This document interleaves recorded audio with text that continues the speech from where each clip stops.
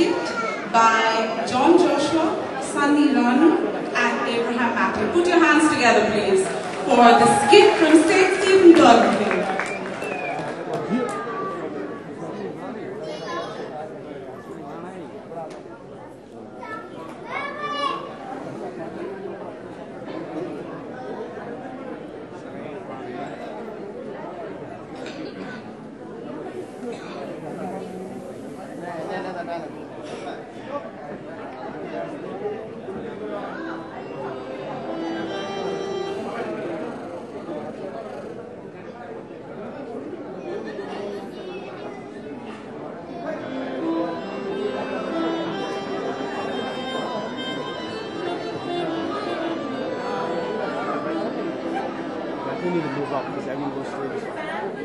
സഹൃദയ പാലും തേനും ഒഴുകുന്ന കനാൻ നാട്ടിലേക്ക് സമൃദ്ധിയുടെ സൗഭാഗ്യത്തിന്റെ ആ നാട്ടിലേക്കുള്ള ഒരു പ്രയാണത്തിന്റെ കഥയാണ്. ഇവിടെ ഒരു സമൂഹത്തെയോ സമുദായത്തെയോ സഭയെയോ ചോദ്യം ചെയ്യുവാനോ വിമർശിക്കുവാനോ അല്ല, മറിച്ച് പണ്ടൊന്നും നമുക്ക് നഷ്ടപ്പെട്ടു പോയ എന്തിനേയും ഏതിനെയും ഓർത്ത് വേദനിക്കുന്ന ഒരു മനുഷ്യ സ്നേഹിയുടെ ഒരു വിശ്വാസികളെ ആത്മനിർഭരമാണ് ഞങ്ങൾ അവതരിപ്പിക്കുന്നു. കനാൻ നാട് അവതരിപ്പിക്കുന്നത് saint Stephens orthodox church, Bergenfield, New Jersey. രംഗത്ത് ജോഷുവ കായംകുളം, ബാബു ഇലന്തൂർ, ഏലിയാമ്മ എടത്തുക. രചന സംവിധാനം സണ്ണി റാന്നി.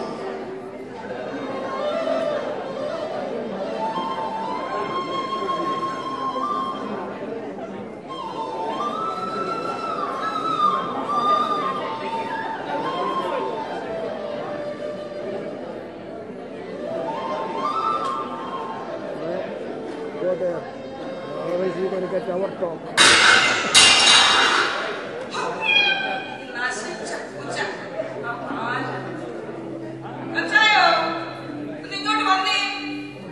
എന്താ ഏലിയാമ്മേ, എന്തുണ്ടായി?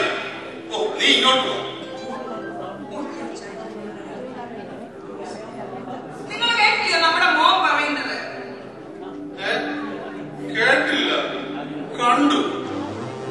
എന്തോന്ന് കണ്ടു? എന്റെ ഏലിയാമ്മേ, എന്തായി നീ ചട്ടയുടെ പുറകിൽ കാണിച്ചു വെച്ചിരിക്കുന്നത്? അതോ അച്ചായ, ഇവിടെ നമ്മുടെ പെണ്ണുങ്ങൾ ബ്ലൗസിന്റെ പുറകിൽ ബെൽറ്റും ഫ്രില്ലും ഒക്കെ വെച്ച് നടക്കുന്നത് കണ്ടിട്ടില്ല? അതുപോലൊരു ഫാഷൻ.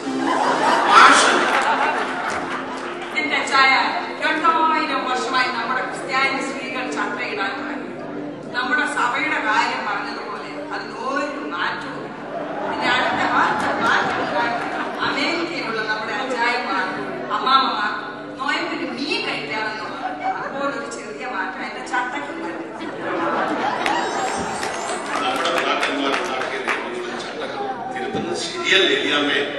അപ്പൊ മീൻ കഴിച്ചത് കൊണ്ടോ ചട്ടയുടെ പുറകൊന്ന് കട്ട് ചെയ്തത് കൊണ്ടോ എന്താ പഴക്കം?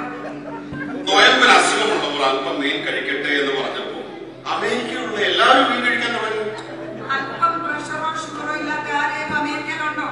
അല്ലെങ്കിൽ അതുമല്ലെങ്കിൽ കൈക്കോ കാലിനോ നടുവിനോ വേദനയില്ലാത്തവർ ആരെയും അവിടെ ഉണ്ടോ? ഇങ്ങനെ എല്ലാ അസുഖങ്ങളെല്ലാം വെച്ചായാൽ ആ ശരി ശരി, എന്നാലും നിന്റെ ചട്ടയുടെ പുറയിൽ കാണിച്ചു വെച്ചിരിക്കുന്നു അത്ര ശരിയായി. എന്റെ അച്ചായ, ചട്ടക്കൊരു ഫാഷൻ ഇല്ലാത്തത് കൊണ്ടാ 60-70 വയസ്സുള്ള നമ്മുടെ സ്ത്രീകൾ സാരി സൽവാറും ഒക്കെ ഇട്ട് നടക്കുന്നത്. അടുത്ത തവണ അമേരിക്ക പോകുമ്പോൾ ഇതുപോലെ 10 എണ്ണം ഞാൻ തയ്ച്ചോട്ടു. അടുത്ത കോൺഫറൻസിന് നമ്മുടെ എൽസി കൊച്ചനെയും സൂസൻ കൊച്ചനെയും നമ്മുടെ പങ്കമ്മയൊക്കെ ഇരുന്നിട്ട് വിലസുന്ന തച്ചായപ്പാണ്. ഒരെന്നാലുമില്ല, അത് കാണാം. നമ്മുടെ മോൻ പറയുന്നത് നിങ്ങൾ കേട്ടോ? എന്തോന്ന്? അവൻ അച്ഛനാകണമെന്ന്. എന്തോ അച്ഛൻ?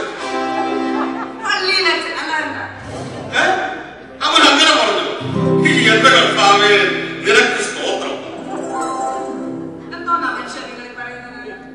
ഏലിയാമ്മേ, നീ അവനെ പ്രസവിച്ചപ്പോഴേ ഞാൻ ഓർത്തതാ അവനെ പള്ളിയിലേക്ക് നേരണം, അച്ഛനാക്കണമെന്നൊക്കെ. എന്നിട്ട് എന്താ നേരാഞ്ഞത്?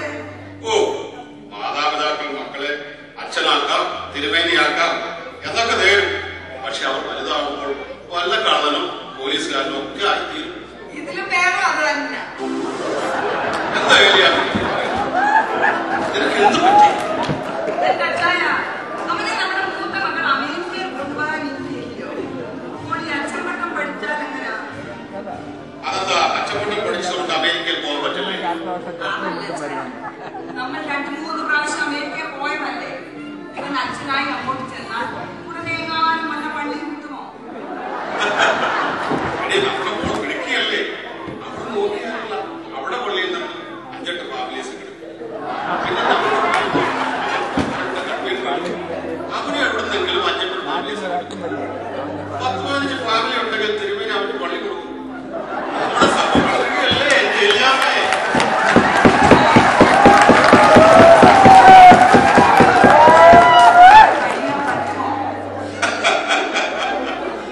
എന്റെ എല്ലാമേ, നീ എന്താ കരുതിയത്?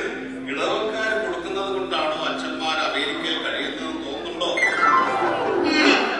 അതിന് വേറെ പണി നോക്കണം. ഇതായി എനിക്ക് പിടിക്കാത്തത്. 5-6 വർഷം സെമിനാരിൽ പഠിച്ചിട്ട് പിന്നെ ജീവിക്കാൻ വേണ്ടി വേറെ വഴി പഠിക്കണം. അത് ശരിയല്ല. ഭദ്രാസനം തന്നെ അവർക്ക് ജീവിക്കാനുള്ള ശമ്പളം കൊടുക്കണം. എന്റെ എല്ലാമേ, നടക്കുന്ന കാര്യമല്ല. എന്തുകൊണ്ട് നടക്കത്തില്ല? അത് പണ്ടങ്ങോ വീണ ചെറിയൊരു കുരു, പിന്നെ അതിന്റെ മുകളിൽ കെട്ടുകളും കുരുക്കുകളും വീണ് ആർക്കും അഴിക്കാൻ വയ്യാത്ത വിധമായി പോയി. എന്നാ പിന്നെ അവൻ അച്ഛനായിക്കോട്ടെ. പക്ഷെ അവിടെ ചെന്ന് ജീവിക്കാൻ വേണ്ടി വല്ല വാദ്യാർ പണിയും ചെയ്താൽ മതി. ഓ, ഈ വാദ്യാർ പണിക്ക് അവിടെ വലിയ ശമ്പളമൊന്നുമില്ല. അതിലും നല്ല വല്ല മെഡിക്കൽ ഫീൽഡ്. എന്ന് വെച്ചാൽ നേഴ്സോ? എന്റെ ഏരിയാമേ, മെഡിക്കൽ ഫീൽഡ് എന്ന് വെച്ചാൽ നേഴ്സേ ഉള്ളൂ. ഈ ഫിസിയോതെറാപ്പി നല്ലതാ. അതെന്താ വാച്ചായ? അത് ഈ കോട്ടയ്ക്കലെ വൈദ്യന്മാരെ പോലെ കുഴിച്ചിലും പിഴിച്ചിലും തിരുമലും ഒക്കെ. എന്റെ കർത്താവേ, എന്റെ കുഞ്ഞച്ഛനായിട്ട് അവിടെ ചെന്ന് വല്ല സായിപ്പുമാരുടെയും മാതാമ്മമാരുടെയും കൈയും കാലും തീരുമാനം എന്ന് വെച്ചാൽ കണ്ണുകളൊക്കെ വേണം. ഒന്ന് ചുമ്മാതിരില്ല. അവരൊരു നല്ല കാര്യം പറഞ്ഞപ്പോൾ നമ്മൾ അതിനെ എതിർക്കുന്നത് ശരിയാണോ? എന്നാ പിന്നെ അവനൊരു നേഴ്സിനെ കെട്ടി. അപ്പോൾ അവന് പള്ളിപ്പണി മാത്രം നോക്കിയാൽ മതിയല്ലോ. ജീവിക്കാൻ അവള് പോയി ജോലി ചെയ്യട്ടെ. എന്റെ എളിയാമേ, അതിനൊക്കെ ഇനി സമയമുണ്ടല്ലോ. നമുക്ക് പിന്നീട് ചിന്തിക്കാം. ഓ, അവൻ വരുന്നുണ്ട്. അച്ഛൻ നേരിട്ട് അങ്ങോട്ട് ചോദിക്കും. മോനെ സാൻകുട്ടി, നീ അച്ഛനാണോന്നൊക്കെ പറയുന്നത് കേട്ടല്ലോ. അതെ അച്ഛാക്ക, വളരെ കാലമായി എന്റെ ഒരു ആഗ്രഹമാണ് ഒരു അച്ഛനാകണമെന്നുള്ളത്. എന്റെ കുഞ്ഞെ, അച്ഛന് കിട്ടുന്ന ശമ്പളം കൊണ്ട് ഒന്നും അമേരിക്കയിൽ ജീവിക്കാൻ ഒക്കത്തില്ലെന്ന് ഓർക്കണം. അമ്മച്ചി, ഞാൻ അമേരിക്കയിലൊന്നും പോകുന്നില്ല. ഇവിടെ നിന്നാണ് കഴിഞ്ഞോളാം. എന്റെ കർത്താവേ, ഈ കൊച്ചിനെന്താ പറയുന്നേ? അമേരിക്കയിൽ പോകണ്ടാന്നോ? എന്റെ കുഞ്ഞെ, പാലും തേനും ഒഴുകുന്ന കനാൻ നാട് അമേരിക്ക. ഓരോ അച്ഛന്മാര് അവിടെ പോകാൻ കൊതിക്കുന്നു. ഒന്ന് കറങ്ങാൻ പോയ അച്ഛന്മാർ തിരികെ വരാതെ അവിടെ കിടന്നു കാണും.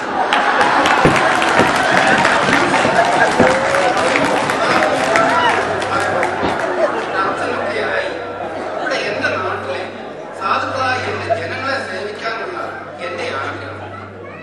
24 മണിക്കൂറും അവർ വിളിക്കുമ്പോൾ അവരുടെ ആവശ്യങ്ങൾ നടത്തി കൊടുക്കണം. അത്ര തന്നെ. അല്ലാതെ കഴിഞ്ഞ പ്രാവശ്യം അമേരിക്കയിലെ കോൺഫറൻസിന് ചെന്നപ്പം ലിസിയാമ്മ എന്നോട് ചോദിച്ചതാ, ഇന്ന് അമ്മാമ്മ എന്നാ സ്ഥിരമായി ഇങ്ങോട്ട് പോരുന്നത്. എന്റെ ഇളയ മോൻ ഇവിടെ വന്നിട്ട് ഞാൻ ഇത് പോരാമെന്ന് പറഞ്ഞത്. ഇനി ഞാൻ എന്തോ ചെയ്യും? അമ്മച്ചി, അമേരിക്കയിലേക്ക് വന്നു. ഞാൻ മറ്റു മക്കളും അവിടെ ഉണ്ടല്ലോ. ഞാനൊരു അച്ഛനാക്കുകയായി എന്റെ ഇടവക ജനങ്ങളെ